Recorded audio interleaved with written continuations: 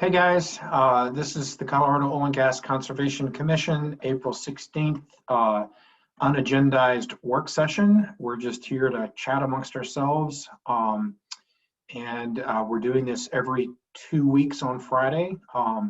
Gives us an opportunity to speak with each other, see how things are going, what's on everybody's agenda, and otherwise hear from staff on whatever. I will open it up. Do folks have ideas that I know there were a couple of requests for information to Scott, and we get to be first name basis on Fridays because we're casual. Do we want to lead off with that? John, you were the one who had a couple of informational requests. Sure, that works for me. I'd be happy to, Chair. I'll just share my screen, and I've got a quick presentation here, if I can share my screen. Yeah, I have it.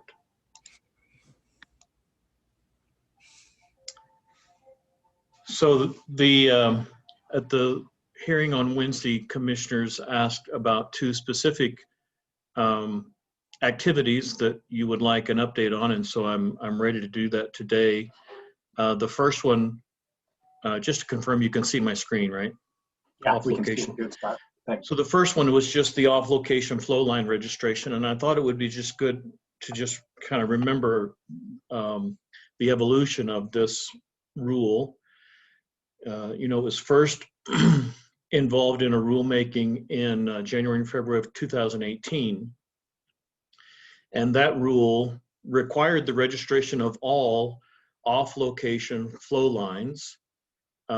Those that were constructed after May 1st had to provide, and just as a reminder, you'll see the term Form 44 later in the presentation, and Form 44 is simply the flow line registration form that is used to collect the rule-based information. And so the first flow line rulemaking required that off-location flow lines constructed after May 1st of 2018 be registered, and it identified 8 different attributes: pipe composition, bedding material, various different aspects from an engineering attribute. But one of those 8 was the GIS alignment of the flow line. So all flow lines after May 1st of 2018, based on the previous rulemaking, are required to submit GIS alignment information as a part of their construction package. And then that first flow line rulemaking in 2018 also required the registration of off-location flow lines, but recognizing the difficulty involved in that, or just, to get a starting place, that rule required that whatever information that the operator had in relation to those attributes required by the new construction requirement, that they were required to provide that information, any information of those 8 attributes that they had, including GIS alignment data. But at the very least, off-location flow lines constructed before May 1st of 2018 had to identify the latitude and longitude of the risers associated with that flow line. And the riser is just that vertical section of pipe that comes out of the ground that typically you can see, well, that you can see, not typically, but you can see when you're on location. And so it's a GIS point on the map instead of a GIS line, right? So the latitude, longitude just required GIS points.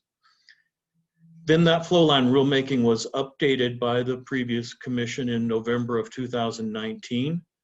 And it updated the rule to require those pre-May 1, 2018 constructed flow lines to actually provide GIS alignment data, as well as 2 other specific attributes that had previously been part of the if available information. And that included, what kind of corrosion protection was being provided to protect the flow line, and what kind of integrity management system the operator was using to maintain the integrity of that off-location flow line. And so that's the universe that we're in today. I should have mentioned that rulemaking required that registration of those off-location flow lines that were constructed before May 1st of 2018. That registration was due by December 1st of 2020. So 5 months ago. And so when we look at the Form 44 submissions, and unfortunately it's difficult to track when the Form 44 comes in. We can do it, but we did this based on the initial flow line rulemaking. So that Form 44 was created as a part of that first flow line rulemaking when the first requirement to register flow lines was implemented by the Commission. And since the implementation of that first rule, there have been 1,007 Form 44s submitted and 9,990 approved. And of those 1,007 that have been submitted, 975 included GIS information. So, you know, it looks pretty good. And then likewise, there were, of the ones that were approved, you know, just over 2,000 of those forms had GIS data. And that, you know, that on its face looks like good. I mean, that looks good, right? But, you know, you always want to look at things from several angles, and our integrity group did, to their credit. I appreciate their help putting this presentation together, by the way. Mark Schlagenhoff and Elise Whittington were very helpful in putting together this information. Well, they put together this information. I'm just the deputy director playing the role of an integrity engineer this morning. But they are available online in case you do have more detailed questions, and we can get them into the session and let you ask those questions. But the integrity group, you know, did do a further analysis that says, well, you know, how many operators have submitted a Form 44? And they found that, you know, there were 189 operators that did submit a Form 44, and 89 of those included GIS data. But there were 215 operators that didn't submit a Form 44, and that seemed seemed like that was an indication of some non-compliance, right? It's very right. This world is difficult to evaluate compliance because it's unknown, right? We're creating the universe of flow line information as we register these flow lines, and so there's no compendium of information out there against which we can assess compliance. We have to discover the non-compliance in some way. And so this was an indicator to the integrity group that it seemed like that was too many operators, that more of those 215 should have submitted flow line data. And so they did a desktop review, which is simply using GIS aerial photography instead of having to go out in the field. It's a very effective way in this modern age of satellite photography, aerial photography. We have very good detailed images available that are available to the general public, in fact. And so desktop reviews are a very effective way to do some of these macro analysis. And the integrity team did. Elise Whittington was, I think, the primary engineer involved in that process. And they looked at wells for which no off-location flow lines were registered, and based on that desktop review of the aerial photography, it looked like that the well was far enough from the production equipment that it was reasonable to expect that there might be an off-location flow line. In that process, they reviewed over 400 operators, not just the 200 and some odd that didn't submit a Form 44.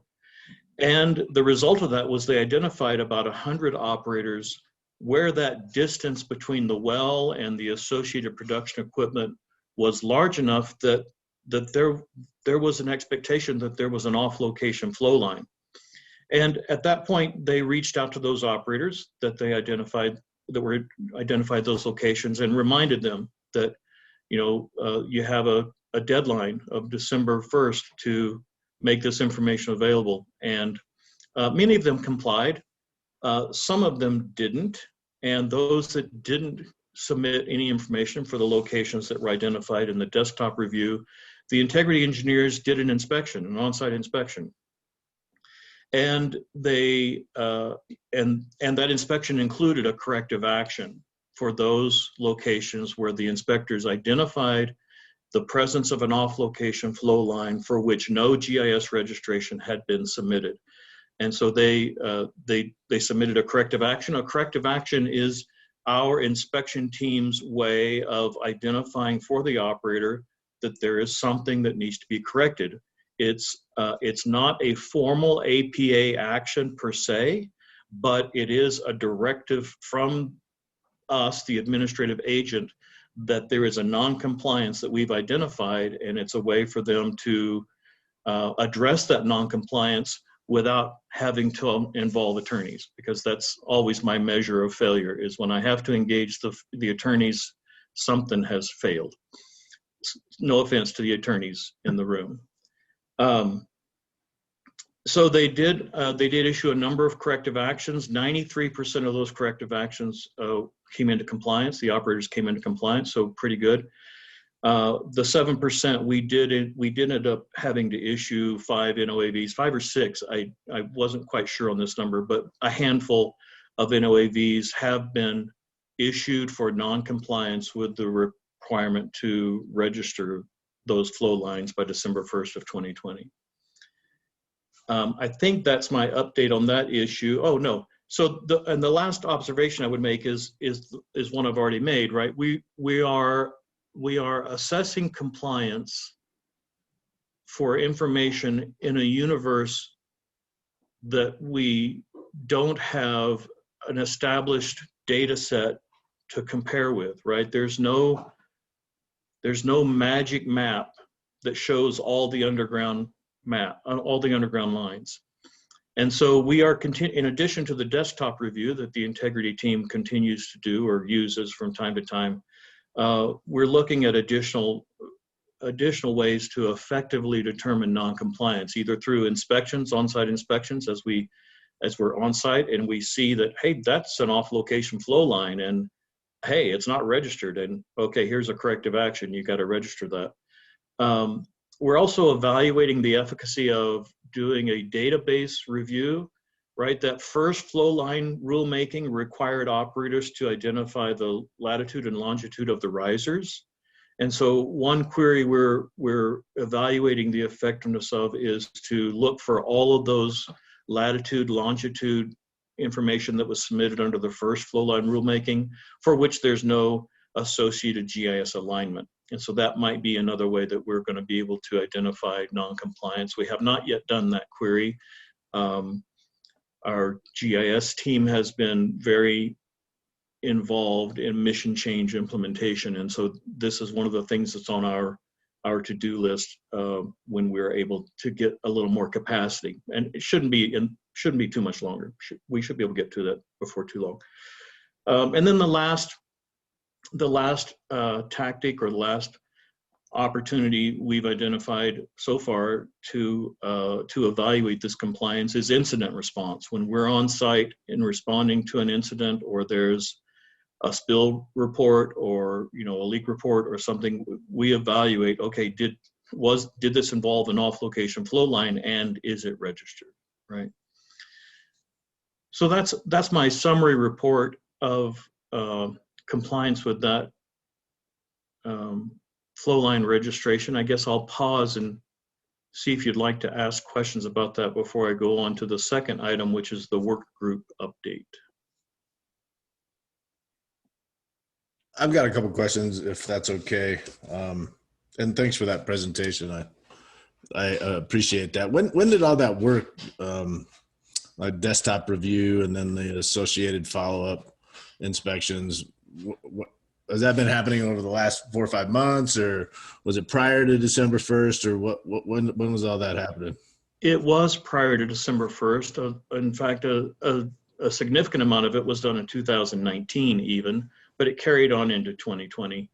But yes, it was done, you know, we've said many times here that our objective is compliance, and we mean that, right? We don't want to go to enforcement with people. And so our teams work diligently to try and determine issues before they become violations, or to be able to identify violations early enough in the process such that the operator has a chance to come into compliance. And so the integrity team spent a lot of effort to try to make sure they did that system review before the December 1st deadline so that operators would have their best opportunity to comply with that deadline. Yeah. No, I appreciate that, because I know that this mapping piece was a really important part of the rulemaking, not only for the COGCC, but for a lot of the stakeholders that were involved in that process. And, you know, I think one of the other things that you may want to put there as a resource is, if I recall, during the rulemaking, both COGA and API, you know, clearly indicated that they thought that the mapping was important and they would be supportive of ensuring that operators were in compliance with the mapping requirements. And so, you know, I would assume that they would be more than happy to, you know, reach out to or help with the sharing of information if we've got any issues around operators not knowing that they need to be in compliance or knowing the steps that they need to do to be in compliance. Okay, thank you. And Chair, I'm not able to see all the participants, so I'm relying on you to tell me when to go. I'm looking, actually, no one else has raised their hand just yet, and I do have a question. Could you go back to the slide that showed, not that one more. Yeah, that one. So I guess I'm just a little confused here. So it shows 9,990 approved, and then maybe just work through these numbers again. I'm a little confused. So approved simply means the integrity team has reviewed the data, agreed that the alignment is representative, and accepted the information into our database, right? We always want to try to interrogate data as it comes in so that we don't put bad data in our database, because it's much easier to keep that bad data from getting into the database than finding it once it's in there and getting it out. And so the other point I would make is that flow line registration has a number of aspects to it, right? Flow lines that are abandoned are done so with a Form 44. So as flow lines were identified and abandoned, an operator would submit a Form 44. So there's reasons that operators are submitting Form 44s other than simply to register them. So that's another reason for the higher number. And then, you know, these two tables, one is looking at number of operators, the other is looking at flow lines. And so one location could have 6 or 10 or 12 flow line registrations, or they could register them as what the rules allow as a flow line system.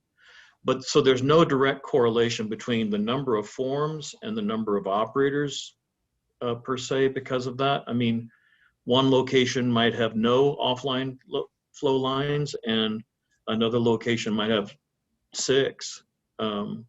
And they all, and the operator chooses to register them all independently instead of as a system. So it's hard to develop any direct correlation between these two tables.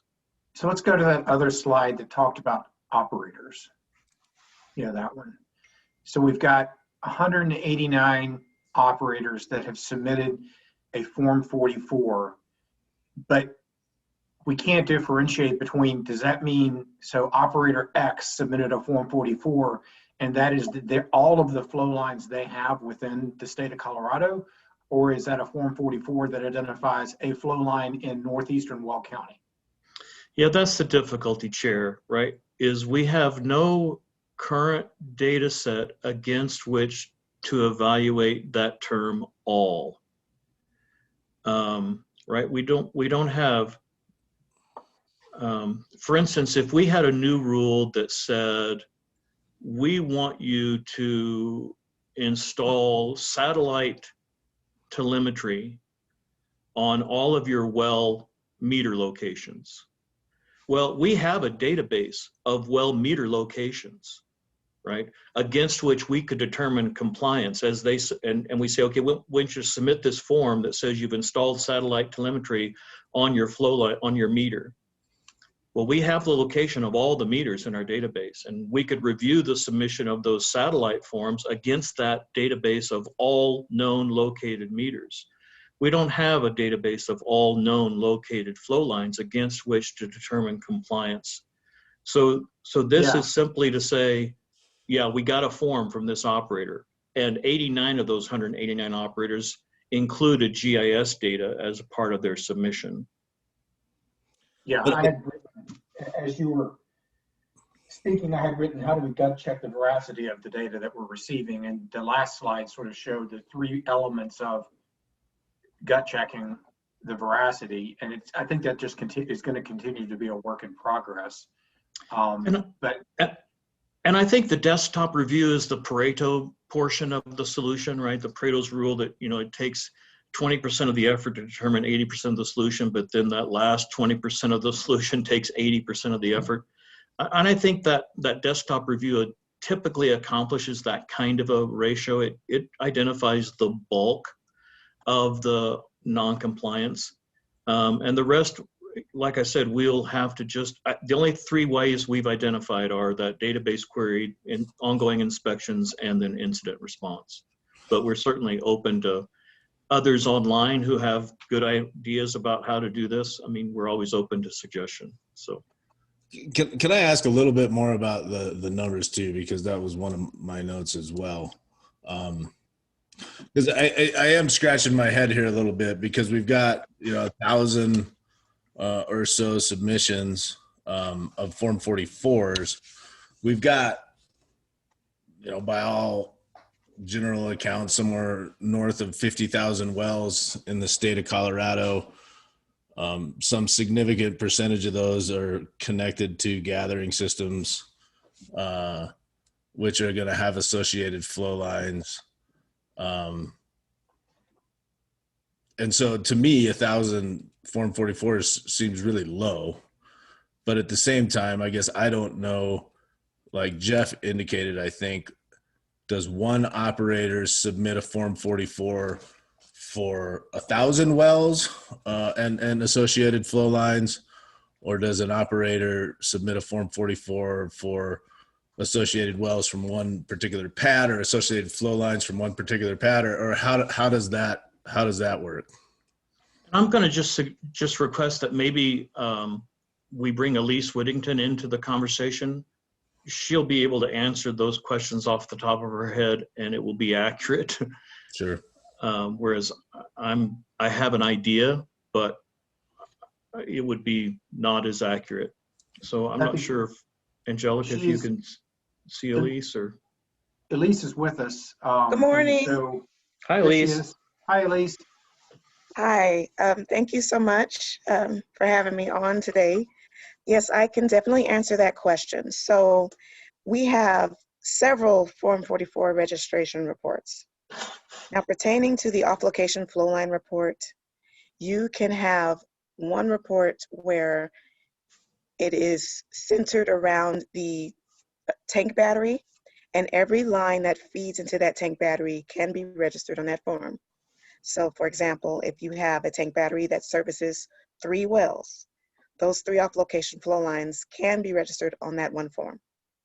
However, since we have implemented the Form 44, we've made some updates, and we are now allowing operators to register a system of off-location flow lines in one report.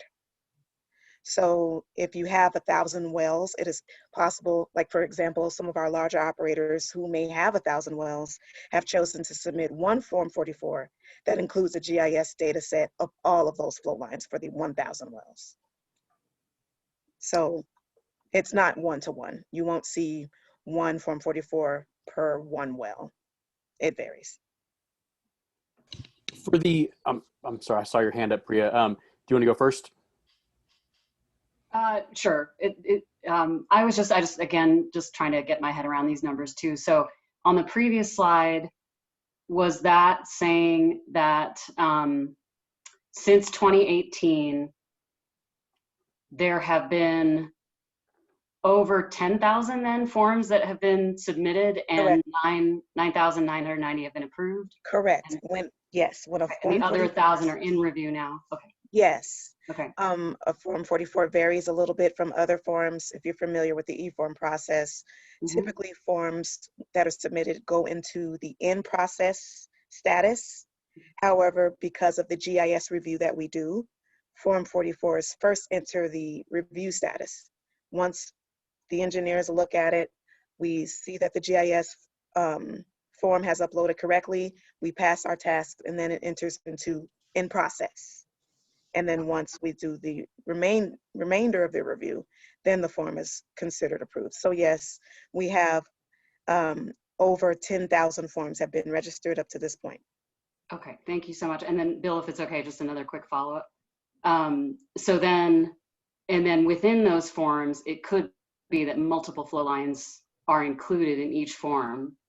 So we may have several tens of thousands that have been submitted, or at least Yes, several hundred more than the number of forms that have been submitted. yes, yes. And also to keep in mind, this isn't just the registration report. Operators report abandonment, they report realignment, as Scott had mentioned, the different types of Form 44s that exist. So this is not only showing the registrations, but also those other forms.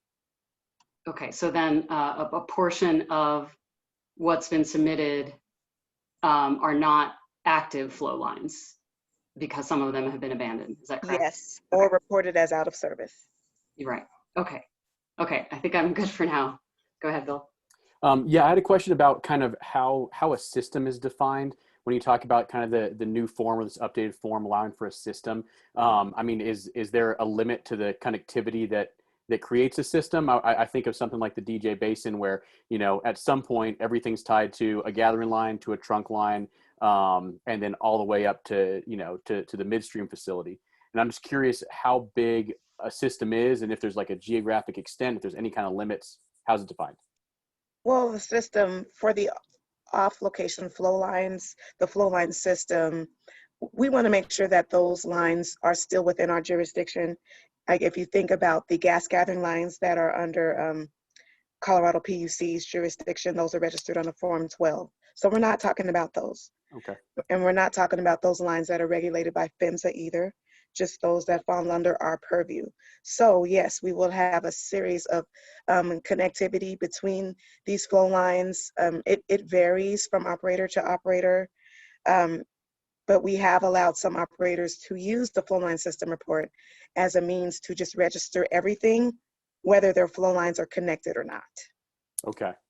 So is there a limit to how many wells they can put, or how many flow lines? No. Okay. Do we have any way of quantifying the forms that have been submitted with the, you know, kind of the aggregate of wells that are tied to those forms? I could definitely get you a number about, I think we've had at least 75 flow line systems have been approved up to this point. I think it might be upwards toward 100 that have been submitted thus far, but we still have some forms that are in process that have not been approved yet. And the flow lines we're talking about the flow lines that run from the wellhead to the separator and then to the tank battery or to the meter station before Yes, it gets to correct. the gathering line, correct? Correct. All right, thank you. Thank you very much. You're welcome.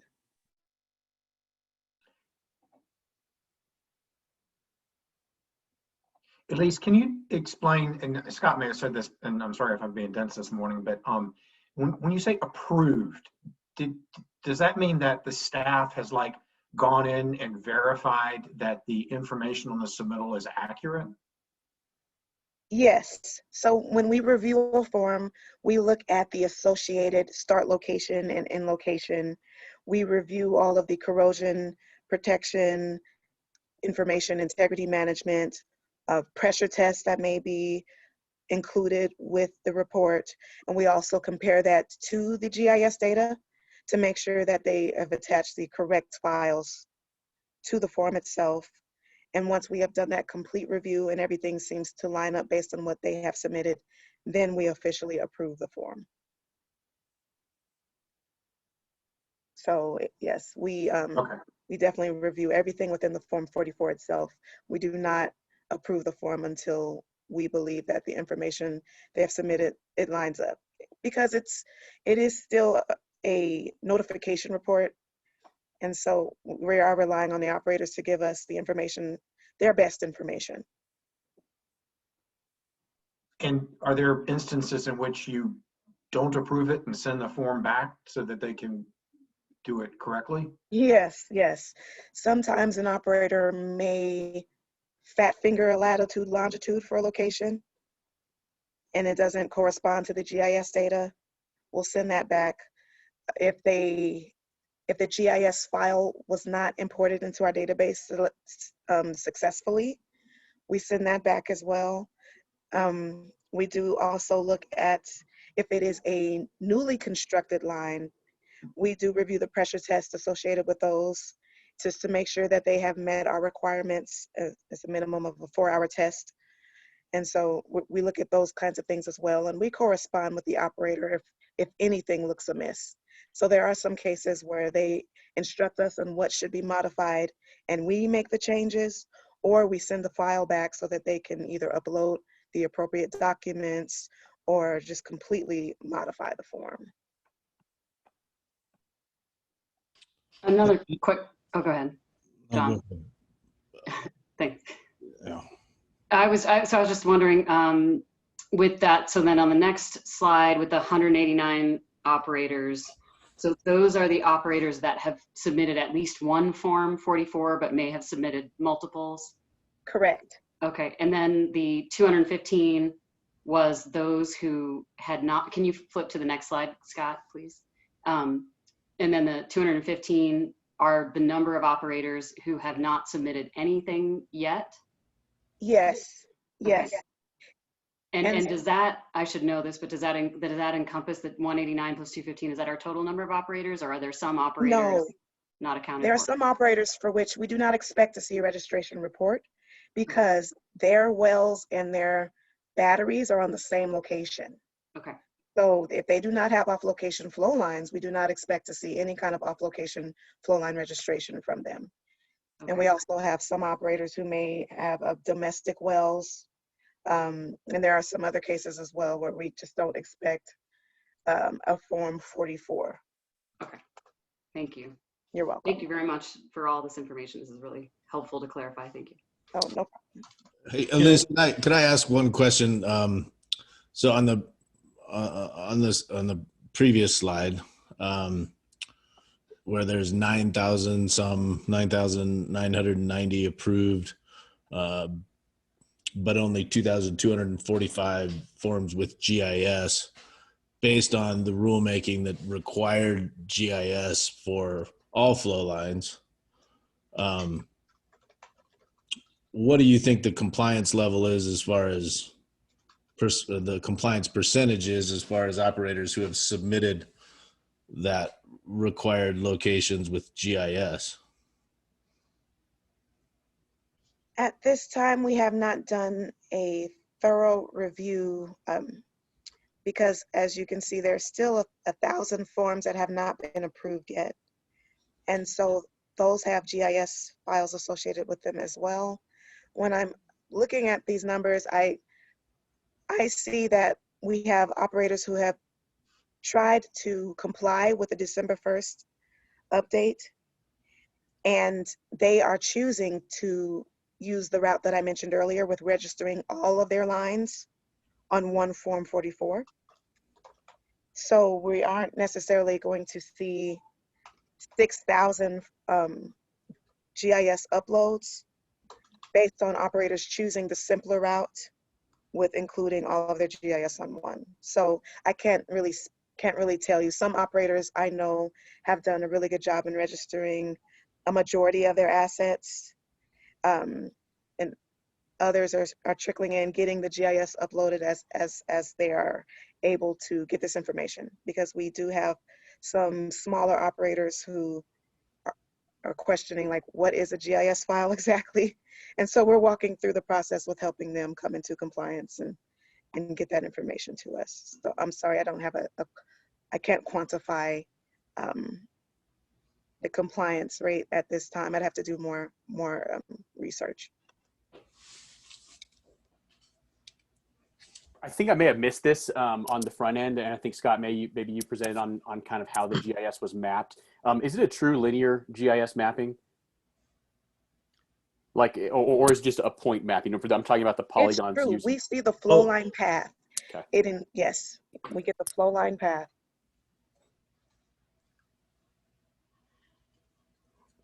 So This for is great example, I can information. speak Go to ahead. one of the operators, one of the larger operators in Colorado, has done a really good job in getting GIS data to us, and they have quite a large data set, thousands upon thousands of off-location flow line segments. And so they would do periodic uploads, maybe an upload a month, and we would kind of establish a baseline with those larger operators, and as they make changes, we review how things fluctuate with what they're doing in the field. And then other operators who may have registered, and this is what I need to mention, some operators registered their flow lines individually and then decided to come back and re-register those lines as a system.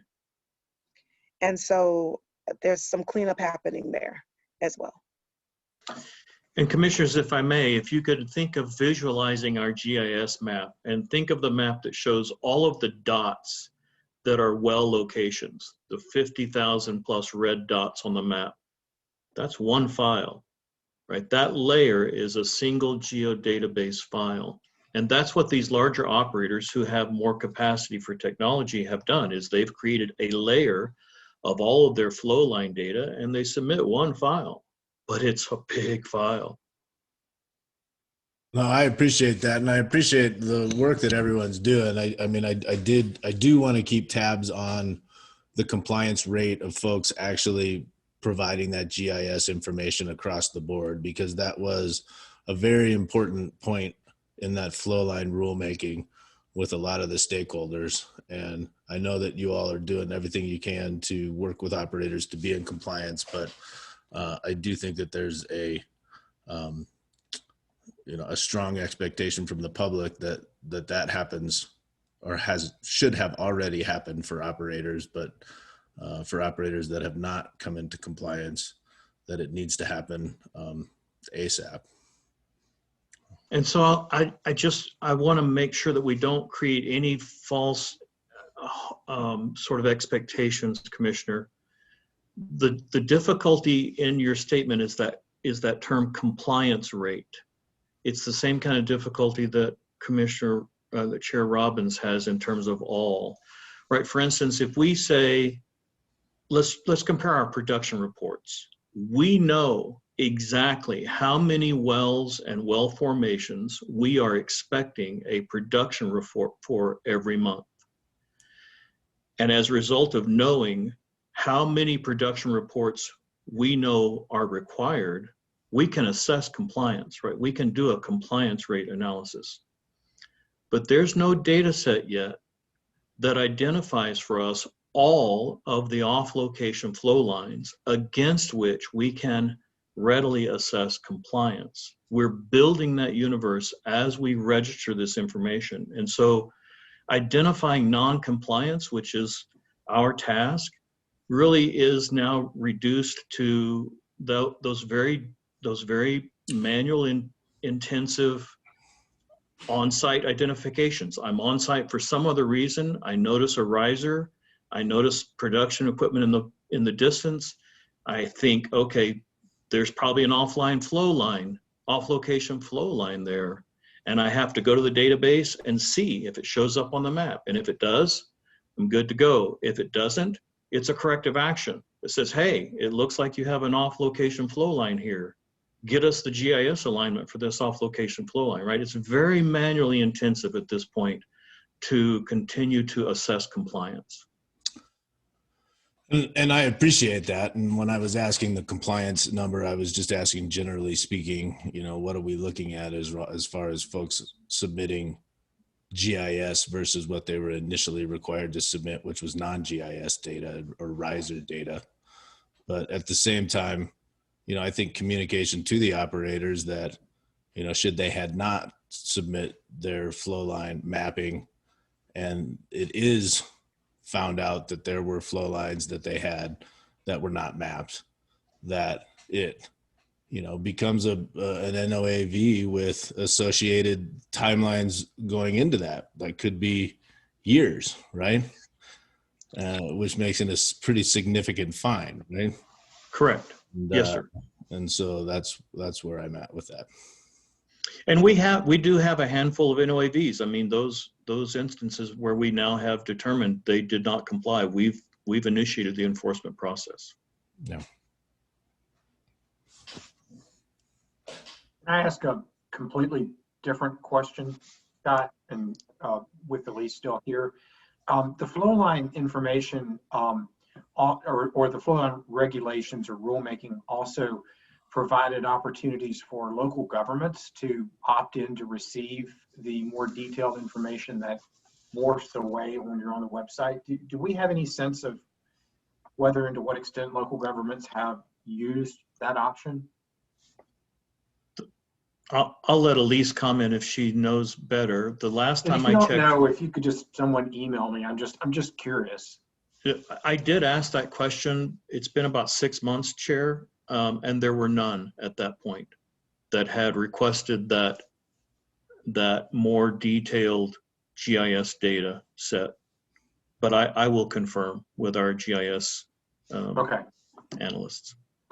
And it might be not a bad idea to, when we, I know we're sort of revamping the LGD program, but, to get a reminder out there. It's been over a year since the rules were in place. The flow line information should be with us for the most part now, because I think that is good information from a planning purpose for local governments to have in their back pocket. When someone comes in and they want to subdivide a huge old farm that may have flow line information on it, I always sort of envisioned that, the county would not provide that information directly, but they could say, northeast corner of that spot that you're about to subdivide, loaded with flow lines. You should go do 811 up in that area.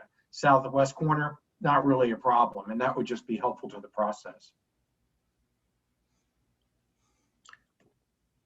And you did touch on a very critical aspect of that rulemaking, Chair, as you remember when you were director trying to facilitate that rulemaking. 811 is the official repository of underground information, right? And we don't ever want to try to dilute that. But making our information available can only help, right? Yeah, okay. Any other questions on this topic from commissioners? Otherwise, we can have Scott move to the next topic. Go ahead, Scott. So I just got corrected by our astute communications director that in fact there are 7 local governments that have now signed up to get that GIS data set. Oh, okay. So thank you for that, Megan. So if there aren't any other questions on that, the other request that was made was just an update on the various work group that were identified that the commission identified as being helpful or warranted in terms of implementing mission change rules or preparing for additional understanding of needs. And what you see here is a table of, and also again, I want to make a shout out to Assistant Attorney General Joel Minor. You will not be surprised to hear that he was very helpful in the initial construction of this set of information. This is a snapshot and not a live sheet. I probably should have shared my live sheet with you so you could see all the different categories, but we have a number of categories of things that we're tracking, one of which is the directives from the SBP to establish a study group or a work group, and that's the snapshot that you see in front of you. And so this is just, these are the ones that we are tracking. You can see that the group, the unit that's involved with it, the deadline if there was one, and then what the status is.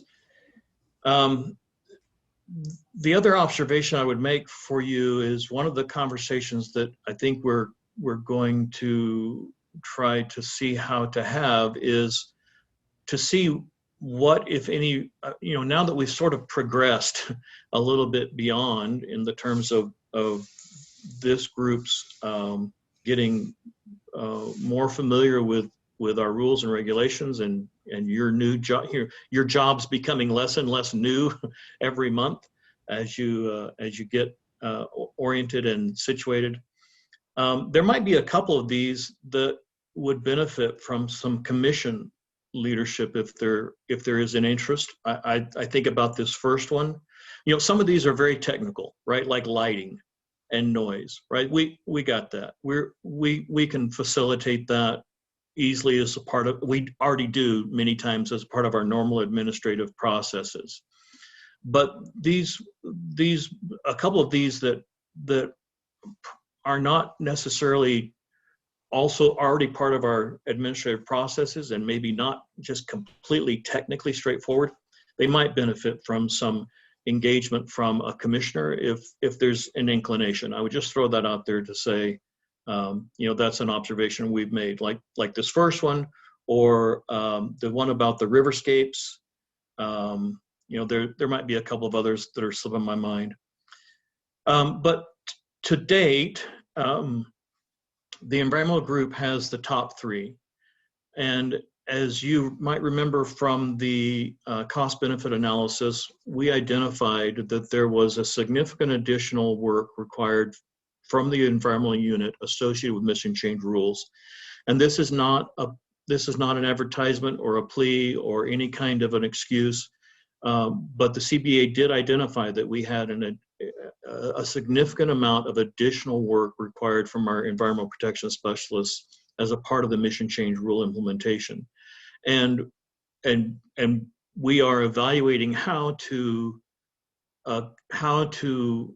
organize our existing assets to accomplish those requirements, which is an activity, a step that we have to go through as an administrative agent before we request more resources, more FTE, right? That's just the process that we're expected to go through is, look at your existing resource, make sure you can't figure out how to better organize or use resources more effectively before you come to me. The legislature's response is before you come to me just asking for more FTE. That's an activity we have to go through. So we're in that activity, but as a result, we have not had any capacity at this point to address these work group items from the environmental group because they are significantly underwater in terms of just implementing the mission change rules.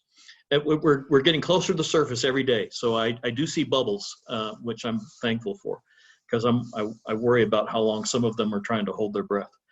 On the C-scale noise, we have already initiated internal reviews and are monitoring any non-compliances as a test point in that analysis. And to this point, we've not identified any C-scale noise violations to include in that data set. So that's just the status of that internal review.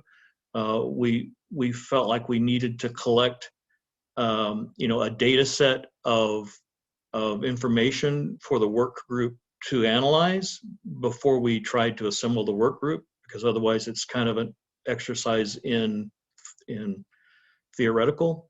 And we want to make this be as pragmatic and useful as possible.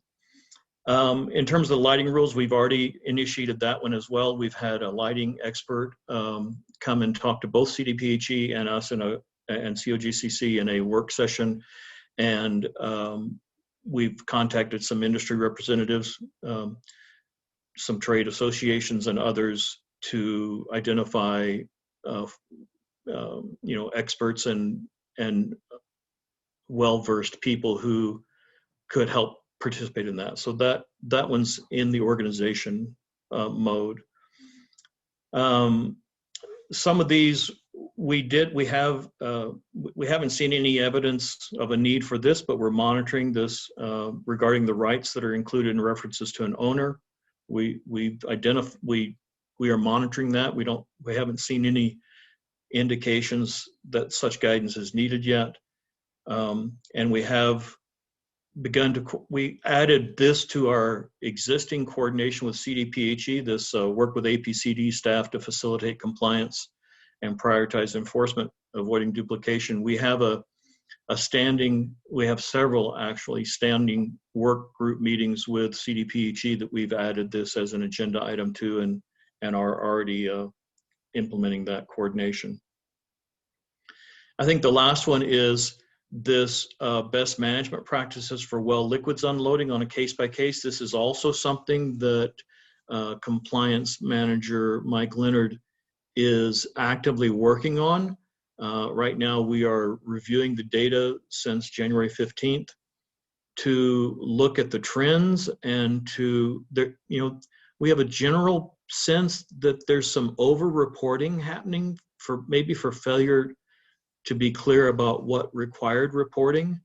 And so Mr. Leonard is reviewing that information along with a couple of his supervisors to try to see if we can establish a perception of whether there's over-reporting or what's going on, because there seems to be an inordinate number, and we're getting, for instance, 6 or 7 well unloading notices for the same well on the same day, and that's just indicative that something's not working right. There's a misperception or something's going on that we want to try to understand and correct, so that those notices aren't diluted by unnecessary activity. Right? We want those notices to try to mean as much as they can, and that means to make sure they're being provided only when we're wanting them to be provided, so that they can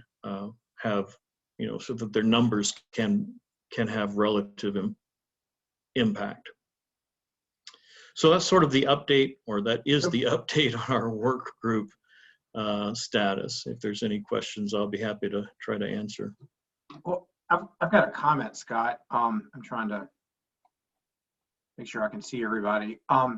Commissioners have met amongst ourselves in, sort of defining out our job descriptions and our duties. And I know that there was definitely interest on the part of certain commissioners to run lead on some of these things. I mean, some of our backgrounds provide good perspective to be a leader on in particular, some of the policy things. I'm looking at, PREA for what biological resources and perhaps the riverscape, or even maybe the big game management data. And, there may be others. How can we facilitate some discussion with COGCC administrative leadership so that we can take the reins on some of this stuff and start running with it? Because I think that we've got added capacity that, we're not as bogged down on a day-to-day basis in mission change because the permits are percolating up to us and they haven't made it to us yet.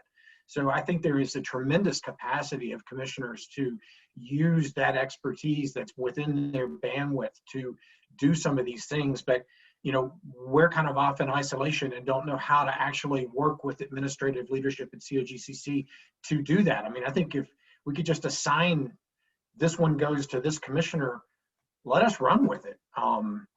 So, and maybe it's just been a matter of not having this discussion. So I really thank John for teeing this up. And commissioners, please interrupt me if the things I'm saying are not in like mine with what we've been thinking privately amongst ourselves.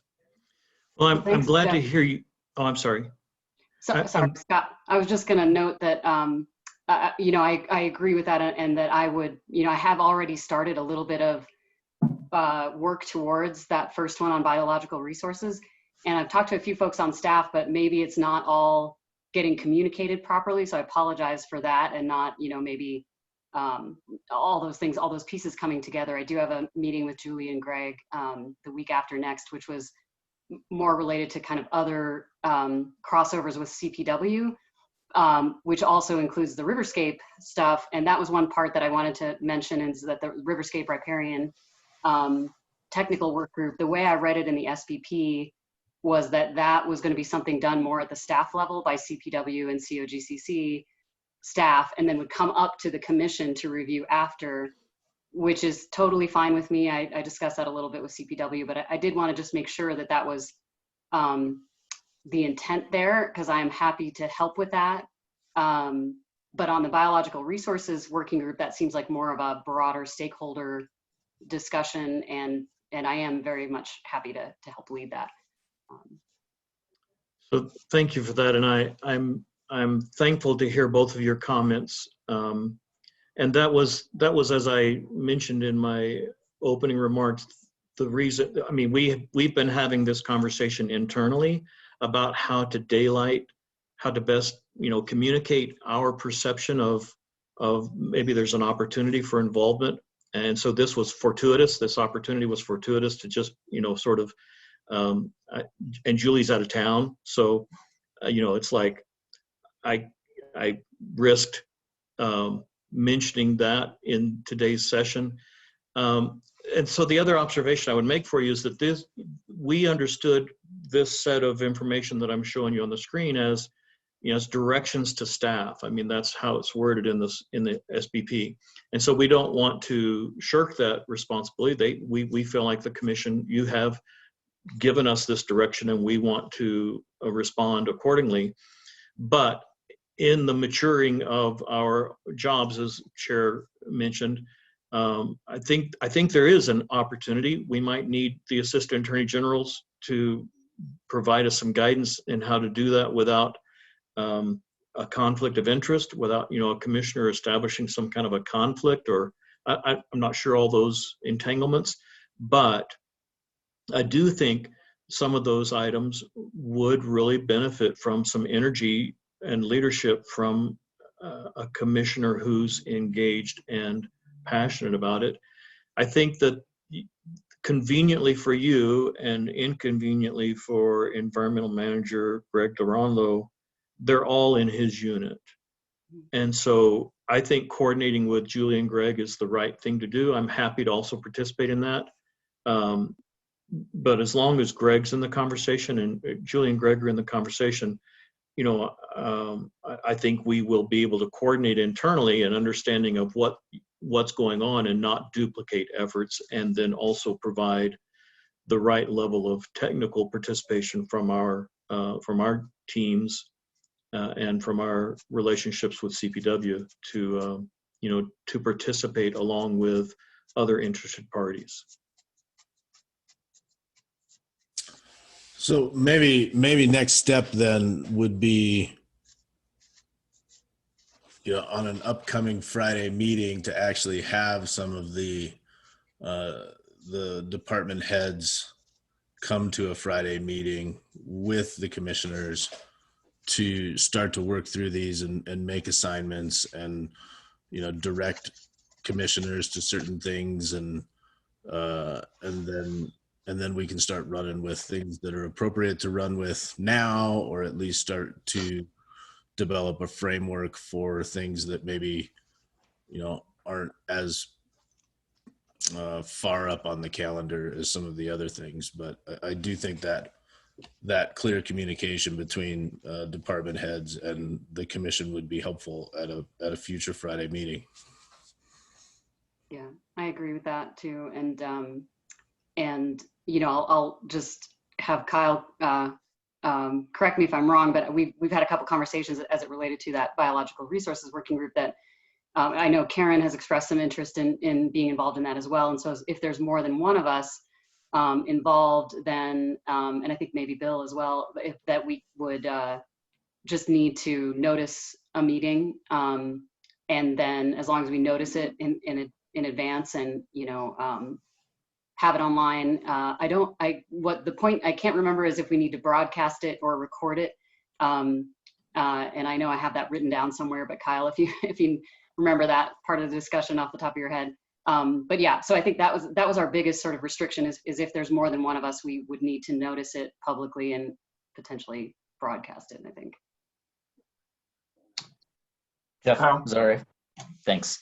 Commissioner Juppé, you're correct. And the only other thing that I would add is the public would be entitled to attend that meeting if more than one commissioner is participating in it. That does not mean that the public is entitled to make public comment or participate in any way. They simply need to be able to attend. And in our world, that means, broadcast in some way until we can start having in-person meetings again. Kind of like what we're doing right now. Exactly. Okay. Well, then why don't we tee this up for the 30th, which is our next Friday meeting, and let's see if we can invite the relevant managers to the meeting and start to make inroads on moving some of this forward and take advantage of the full-time commissioners, because again, as I mentioned, we're not burdened so much with the mission change implementation. It's coming to us, but let's take advantage of these opportunities now.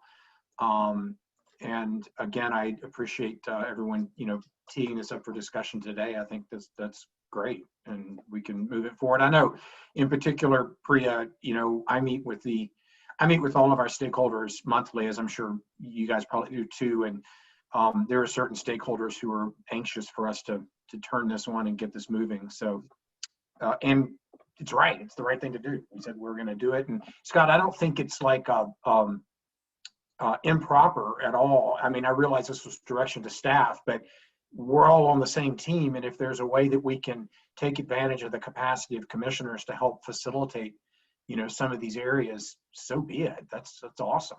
So Yeah, we totally agree. And Chair, I would just make the observation that Environmental Manager Duranlo is a key asset in this conversation, and he is out of the office on April 30th. Oh, okay. So I'm just wondering if we could. Maybe what we can do is that week of whatever it is, the 25th, the week of the 25th, is maybe we could have Hannah find a time, a 2-hour block that works with the relevant managers and the commissioners. We don't have to have it on this regularly scheduled, unagendized meeting, and just, find a time that week for a couple of hours for us all to knock heads. Okay, we can certainly do that.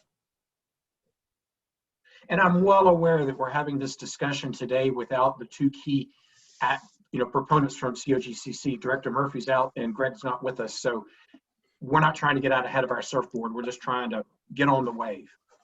I will definitely get a needs improvement for creating work for my boss, I'm afraid.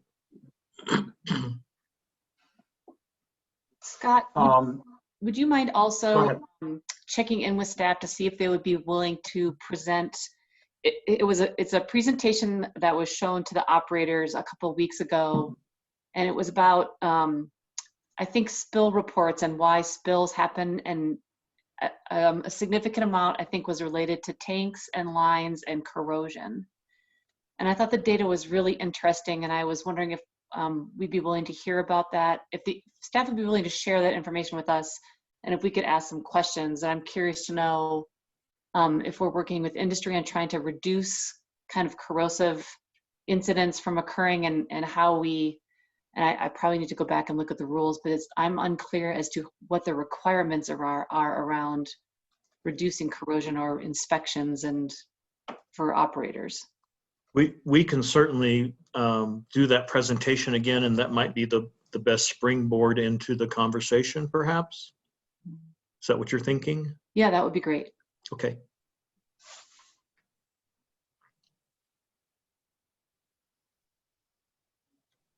What else, folks? Are we supposed to, or were we going to finalize a list of kind of follow-up questions we had for financial assurance and trying to figure out, I think some of us were interested in perhaps hearing from other states or other experts, or there were some questions, and Director Murphy's not here, so I don't want to commit anybody to any sort of deadline, but I think finalize that list of questions so folks could see them, and then having some sort of plan so we can move forward. I just want to keep that on our radar. Yeah, I agree. by the time I got to the list of questions, it was so voluminous, I didn't have anything to add. So I think we've done a good job of identifying other areas of inquiry. Scott, I thought I heard you at the Wednesday meeting mention that perhaps like May 5th, your team and Julie's team is going to be ready to respond to some of those questions, or am I making something up? I think even perhaps before then, Chair, you might be recalling maybe a conversation we had just in the course of process. We have compiled that list of interrogatories that we have developed responses to in large part. We also identified what we think is a very critical aspect of this rulemaking, of a potential financial assurance rulemaking, and that is data. Our data, we're very close to finalizing a snapshot of the data set that we can make available. Our intention is to make available to everyone so that they can just download it and then analyze it however they want to analyze it.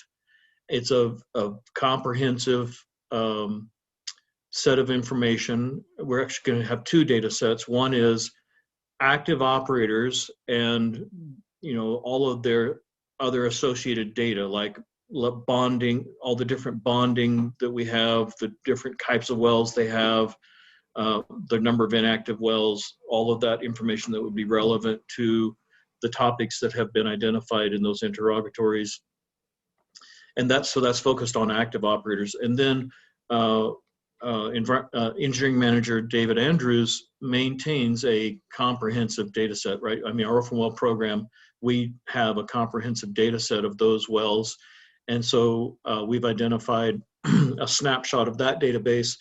And so the intention is to make both of those data sets downloadable from our financial assurance rulemakings page.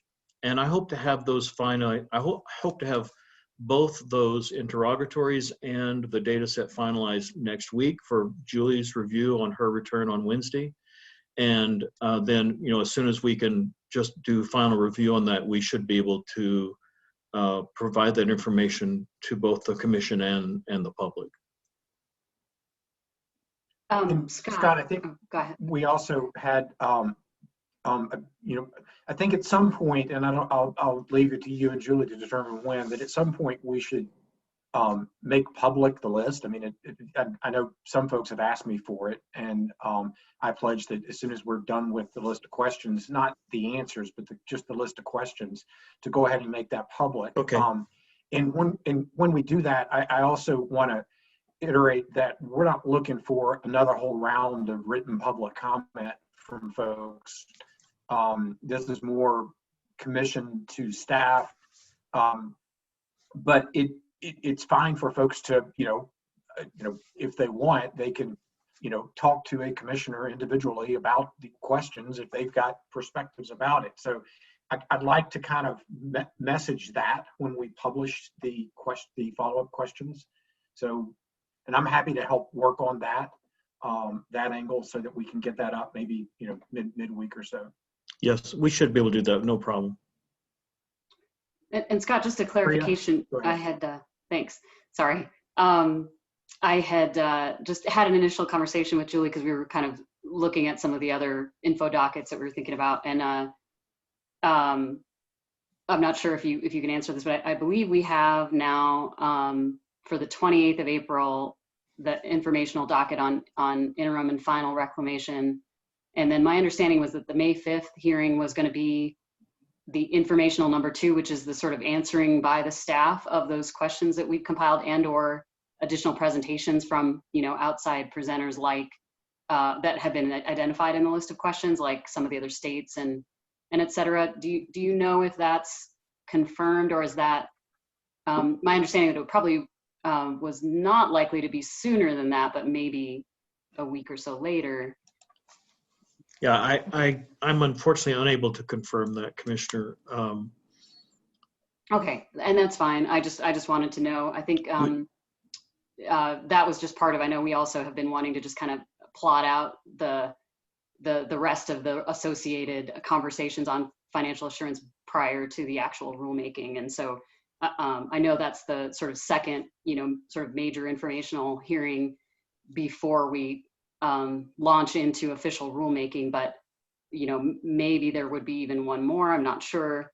And then the other thing was that I think we had wanted to hear about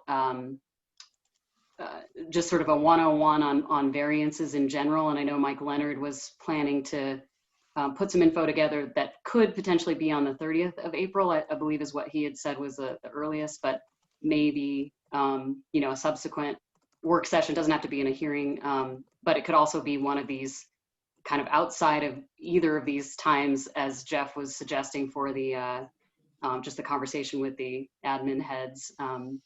So just wanted to kind of throw those things out there too for just making sure that everybody's in the loop of those different pieces that are floating out there. And I'm not sure if Mimi and Angelica have more information. We looked to them to help manage your agenda. And so I'm sure they took note. If they weren't aware of that before, that we'll try to make sure we coordinate with Julie when she gets back to understand what the expectation is. Okay. Thanks so much. Just some other smaller items for the good of the cause. Commissioners, we have a meeting next Wednesday evening, and we do not have any informational dockets on that meeting. I don't know if there's a need to fill that with informational dockets, but right now it would just be likely a consent and public comment during the evening starting at 6. So just FYI on that front. Is it for the upcoming meeting next Wednesday, did you say? Yes. So following up, just real quick on our meeting on Wednesday, Greg had wanted to present a quick follow-up on the presentations that were made by operators on Wednesday. I'm not quite sure if he's going to be available for the 6 p.m. evening meeting or if he wants to push that to the following week. If he is, and we can put it on there, I think that'd be a nice follow-up. And since I have the floor on this, your questions, Jeff, yesterday about kind of implementing the ALA rule into this process. When I was listening to those questions, I was a little bit confused yesterday. And after, Greg kind of sent me his follow-up notes, and I was like, okay, now it clicks, it makes sense. And what I was getting out of that was that, the gap that I think the operators may be missing here is that point in between the time that they've done their ALA review and have reached a decision or at least an idea on where they want to put their surface, that's the time to check in with staff and make sure that they're on the right page so that they don't start negotiations and get further down with contracts and then get to an approval and then, hit a surprise from either staff or from us in terms of whether or not that ALA or that location is ultimately appropriate. And so am I on the right page there, Jeff, of what you were trying to get at? Yes, double yes, triple yes, absolutely yes.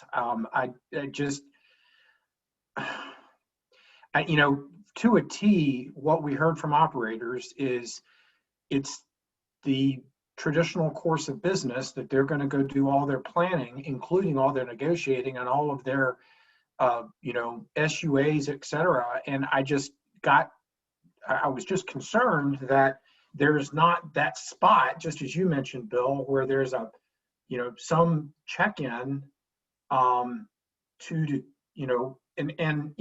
like to work with Greg and the environmental team because, this is an important piece and it ultimately comes to us for decision. And so as I was listening to the preferred approach, I couldn't square it with the rules and regulations, or I was having difficulty squaring it. And in particular, the thing that was disconcerting was, what happens if they're, wanting to use one of the off ramps? They need to come and get permission approval for that. And I get concerned that, so anyway, you're reading my mind. Yeah, and I think when I was thinking about that, I was thinking, well, there's no requirement that they have any check-in along the way, but it seems like a heck of a good practice to make sure that you're going down the right spot you know, if you don't want any surprises at the end. So anyways, that's kind of my 2 cents on the matter. And I was thinking about it a little bit differently when I was listening to your question, and I wanted to clear that up here in case any of the other operators are maybe taking, you know, the perspective that I was taking when I was listening to that, and just kind of throw it out there that, you know, if you want to avoid surprise, you want to make sure you have a successful permit at the end of the day. May not be a bad practice, maybe a very good practice, to go ahead and have a check-in when you think you're at the right spot, before you get too far down the line with negotiations with the surface owner. So just wanted to throw that out there and follow up from yesterday or from Wednesday. And yeah, so agree. And so I think having Greg have an opportunity to sort of present sort of staff's response will be helpful. I know that Greg and I have talked about this, and he was in the similar vein to my thinking on this. And again, you know, we just want to develop a workable path for operators under the new rules and regulations. And it's not surprising that, you know, it's going to take some, you know, some moves to get that path workable. So I appreciated everything you did, Bill, to get that surface use and sort of the discussion out there, because I think it facilitates some of these processes and is going to be helpful for the overall cause as we move forward. So I'll make sure Greg gets on the agenda, long and short of it. And the only other thing that I had is just a little fortuitous reminder. 2 years ago today, Governor Polis signed SB 19181. So seems like 4, but here we are. And I'm glad you're all with me. Anything else?